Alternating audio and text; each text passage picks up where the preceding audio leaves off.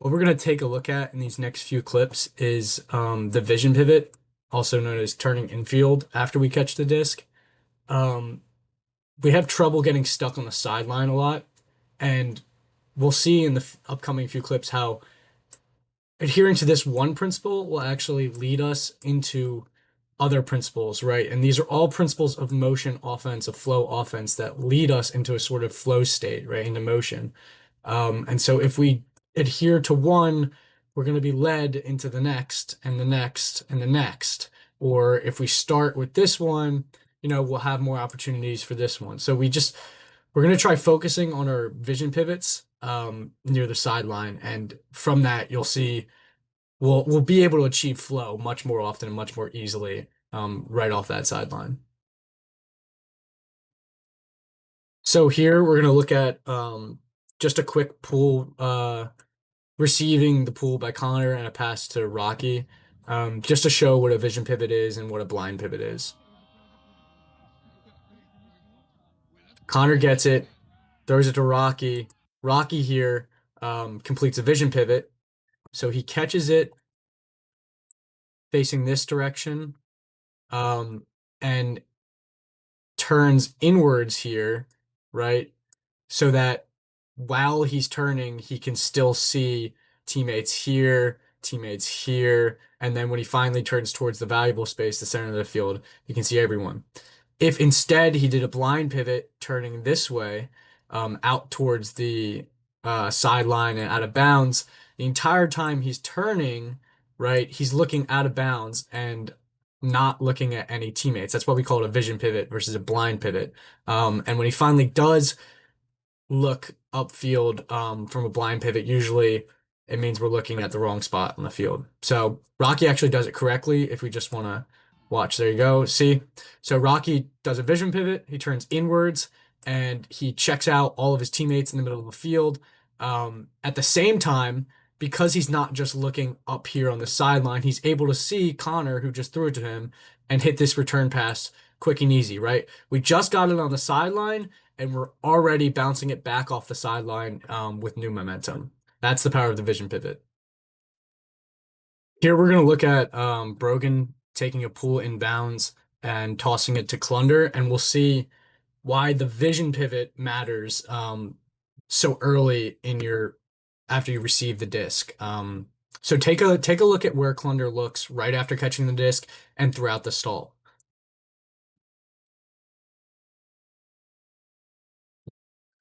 Brogan taps it in, looking, good cut from Clunder, catches it, looks upfield, realizes, oh, I should be looking at the center, looks back, there's no one there, and now we're in our jam spot here on the sideline. Shovel pass to Brogan to get it off.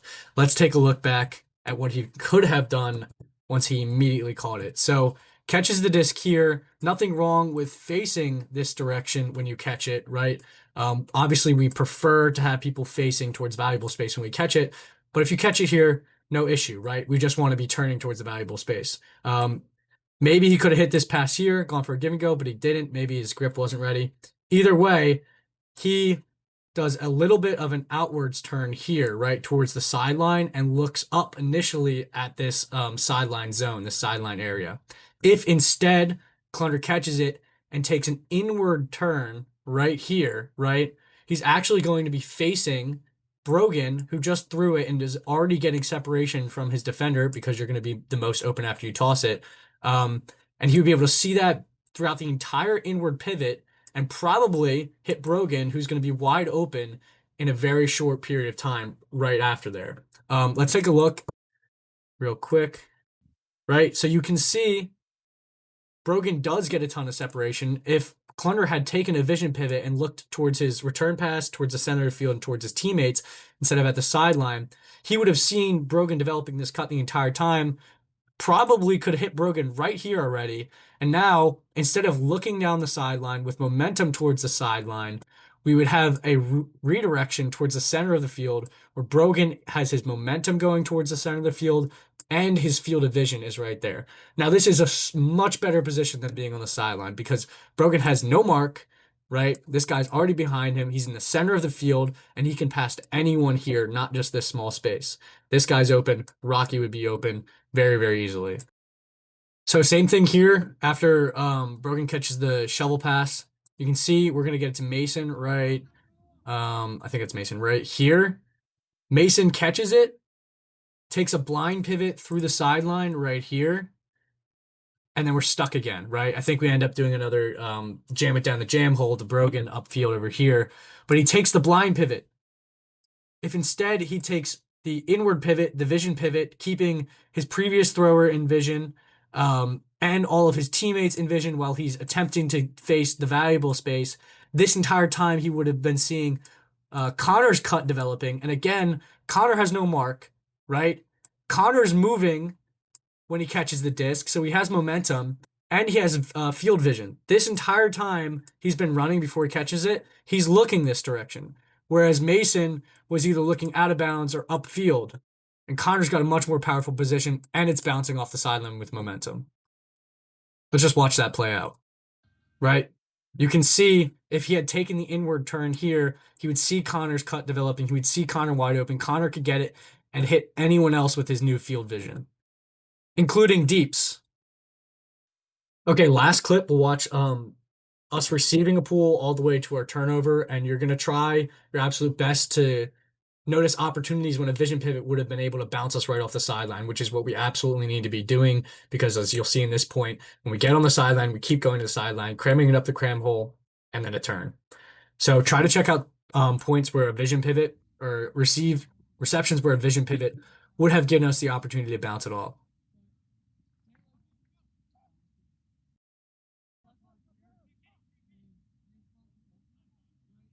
It's 2, 3, 4,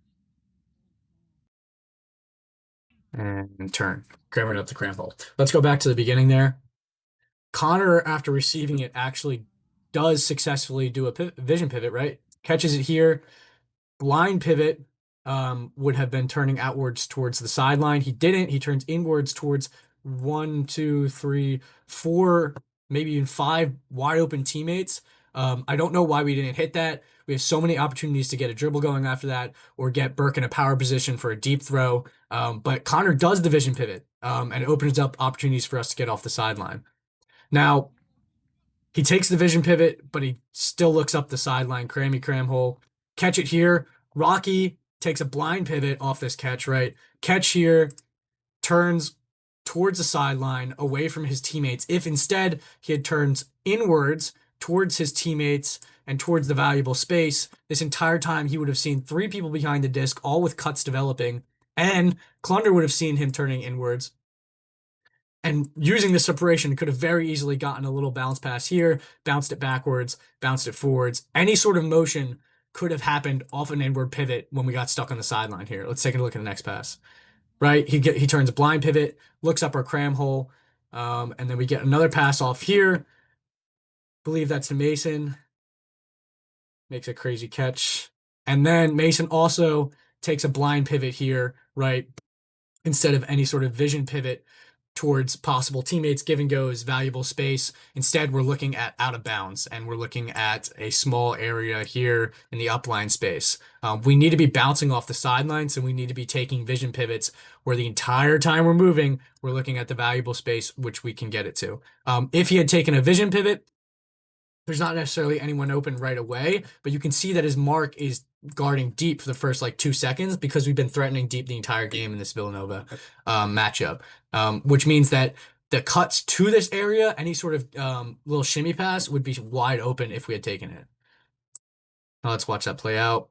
Right, crammed, crammed, crammed. Now he's looking towards the center of the field. Right, it's too late. The passes would have developed earlier than that, or any sort of give and go passes. We need to be using the vision pivot there. Now, last one, Clunder gets it, right? And here we even force a blind pivot because Clunder could have taken one here. Or honestly, he could have taken the counterclockwise pivot. But what we do here is we take the blind pivot, we're looking at the sideline while we're pivoting, and then we're stuck looking at this only small upfield space. Instead, he could have pivoted towards his teammates or towards the valuable space, and seeing Fredo wide open.